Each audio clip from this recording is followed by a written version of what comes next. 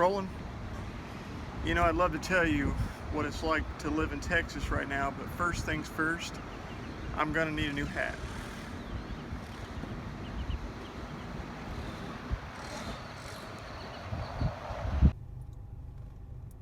That's better. How's it look? Nice? You look crooked. There you go.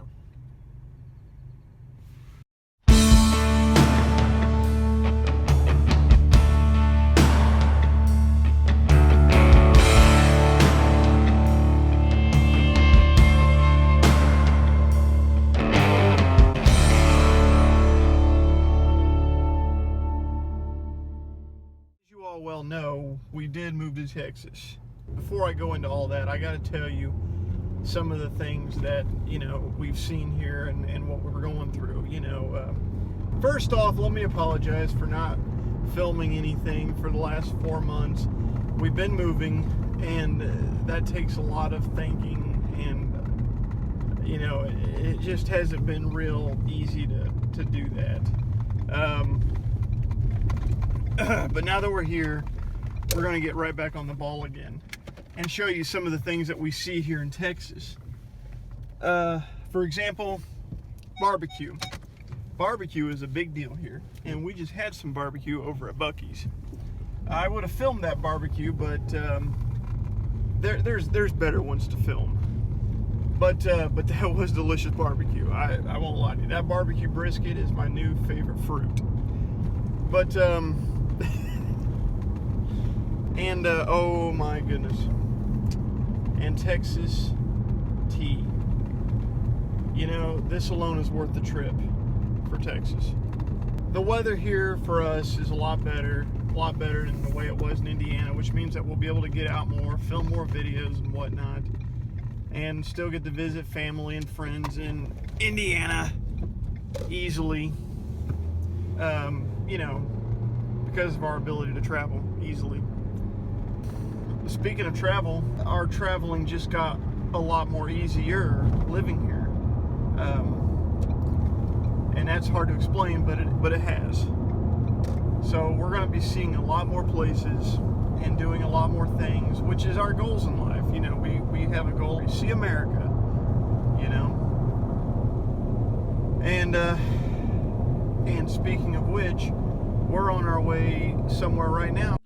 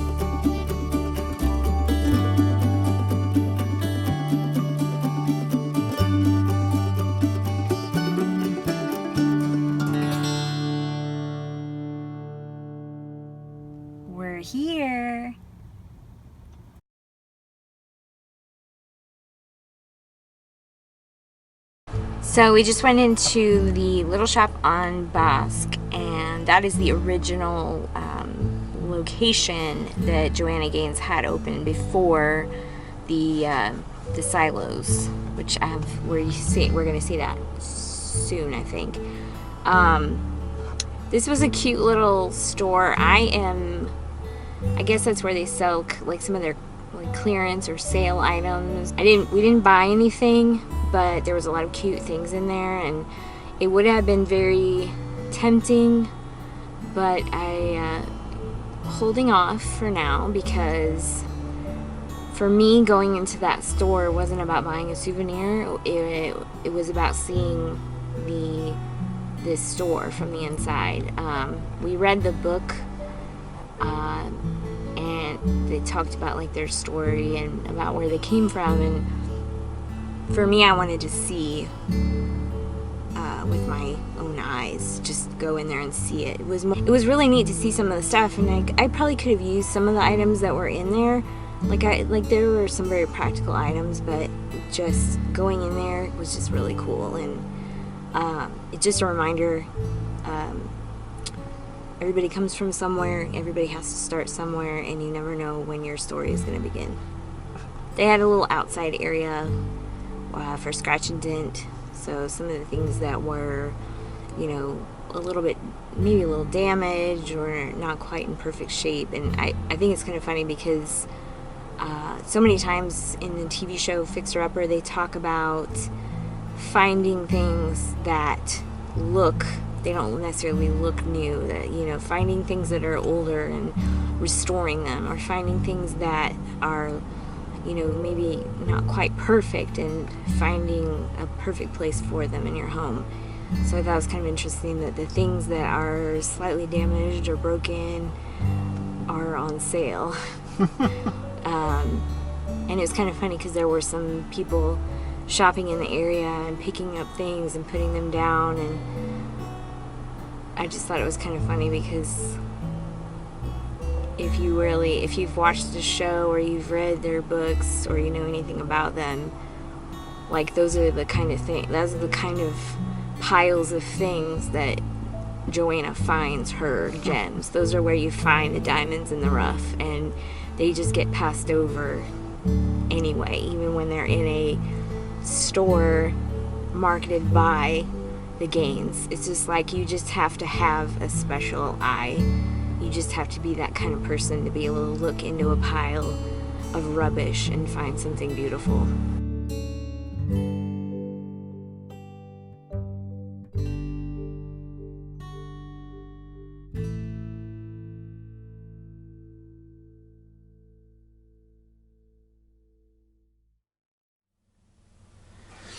Well, we had a pretty good day today. We came here to meet up with, Dad and Michael, my brother Michael. We ate at the Twisted Root restaurant, which was a nice, it had like an industrial warehouse feel to it, but there was like 4 screens everywhere and kegs, and they served burgers. It was like Twisted Root burgers is what it was. And then we got a glimpse of the Magnolia market, the one here in Waco with Chip and Joanna Gaines. We're going to go back again tomorrow for more footage and visit. We're going to visit tomorrow and a couple of other things tomorrow too. But before we decided to bed down for the night, we got this awesome drone footage of the Alico building, of various parts of Waco, and including the silos after they closed, of course.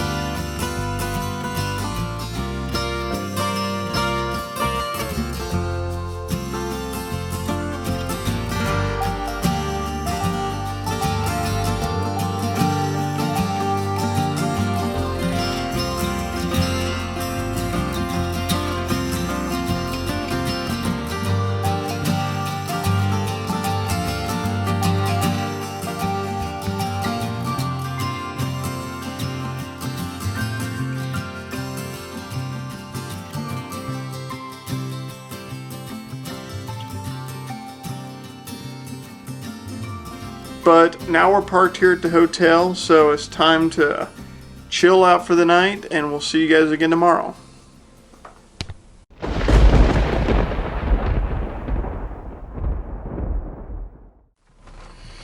We just came out of the Texas Ranger Museum, and it was a real interesting museum. Something I never even thought twice about. When most people think of the Texas Ranger, they think of the TV show, but it's really a historical movement that started all the way back in 1823. Local farmers and school teachers, were put in charge of protecting their own land against, outlaws, whatnot, and then over time it evolved. They were put in charge of keeping track of the land during the Civil War, World War One, and it was interesting too because it wasn't just like one man, per family. It was sometimes a family tradition, we saw in there where sometimes like 3 or 4 people of the same family would all become Texas Rangers, And then there was some individuals in there that stood out. A guy literally called the Lone Wolf. Well, there was another guy named Frank Hamer. I thought that he was probably the more interesting one. He was the guy that was in charge of taking down Bonnie and Clyde. And so much in time, movies and sometimes musicians or artists will depict like a glorified persona of Bonnie and Clyde, but nobody ever talks about the people who took them down. See, Bonnie and Clyde, they were real serious criminals, that killed people and robbed banks. But there was a man that I thought was more interesting than Bonnie and Clyde themselves, Frank Hamer. He studied them, like as a Texas Ranger. He studied like their every move. He had a triangle from like Dallas, Texas to someplace in Missouri, and Joplin, Missouri, and a place in Louisiana. And he just kept going in circles, living in a Ford Model T with a V8, and checking out their camps, studied their every move. That was his whole life for part of his life. And that's how they were able to stop him, because during that time, not very many people owned cars. And Bonnie and Clyde, they did, and they had machine guns too. It was his attention to detail that stopped them. I mean, these guys were just interesting. They were put in charge of cracking tough cases. They were the elite. When no one else failed, when everyone else failed, they didn't. They were very, very tough in all generations that they were in. They were pretty remarkable.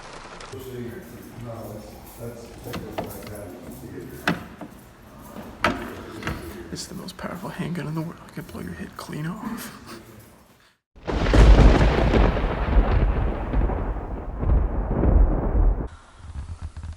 You would not believe the day we had. Well, not the day, just the drive. That was crazy. Like, it was tense. We went like a couple of hours without even listening to any music because the rain was so bad.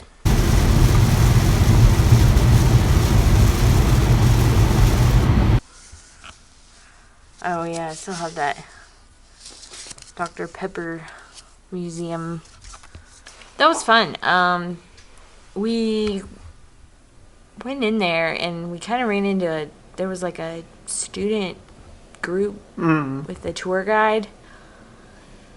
So we kind of we didn't really know if we should sort of leave that, we didn't know if we were supposed to kind of be separate from them or if we were supposed to I don't know. So we started kind of listening in for part of their tour. It was kind of cool. They said the reason that they put that location, that bottling location where it was because there was a well that led to the aquifer that had like they had like certain minerals and stuff in the water, so it was really good water.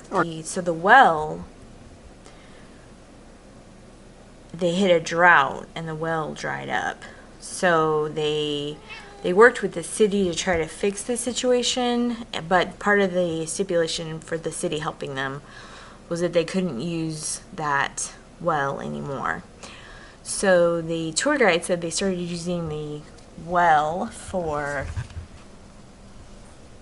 trash instead, which is kind of weird. Then over time, the well filled up. Look at this guy. The well filled up, full of garbage, like broken bottles, and when that filled up, they just paved over it, which is kind of interesting. So I guess later on, when they were working on putting this museum together, they kind of knew that there was a well, but they didn't really know. They didn't really keep very good records of where it was. So they kind of they rediscovered the well by accident and saw that it was full of a lot of garbage and broken glass. Things like they said there was like broken machine parts, and there was even like an intact spoon in there. It's kind of oddball, weird things, but kind of an interesting little. So they actually still have where the well is, and they've kind of they excavated only 27 feet of it. Yeah. Because then they reached the water level, and they figured it probably wasn't any safer to go down any further. It was cool. It's 3 levels, and there was all kinds of things to look at. And there was also a section where they were talking about free enterprise and just kind of talking about different people and historical people that had basically overcome odds and worked really hard to make a brand, like a well-known, make a name for themselves, basically. Kind of interesting. It was fun. And then they had the building next door also had some exhibit stuff to look at, and also like a little soda shop and gift shop area too. So that was fun. We ended up getting on a Groupon. They had a Groupon for two adult tickets were like $16, as opposed to if you get it at the museum itself, you're going to pay $10 a person. So we saved $4.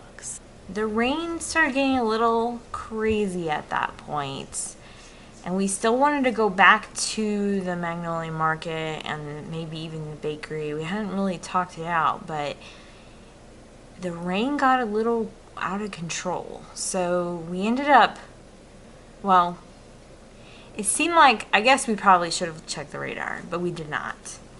But it seemed like where we were parked for the Dr. Pepper Museum was, like, you could see the silos. So, I mean, it was literally within walking distance. And we were kind of walking through some rain. We did bring the umbrella with us.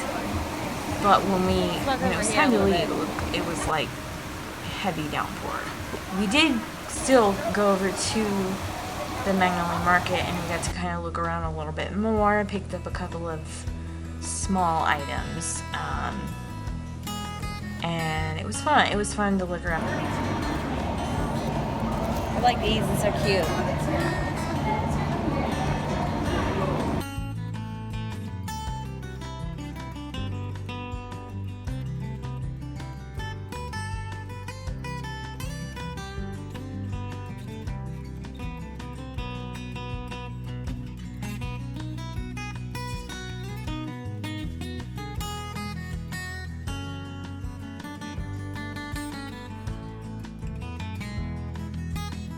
And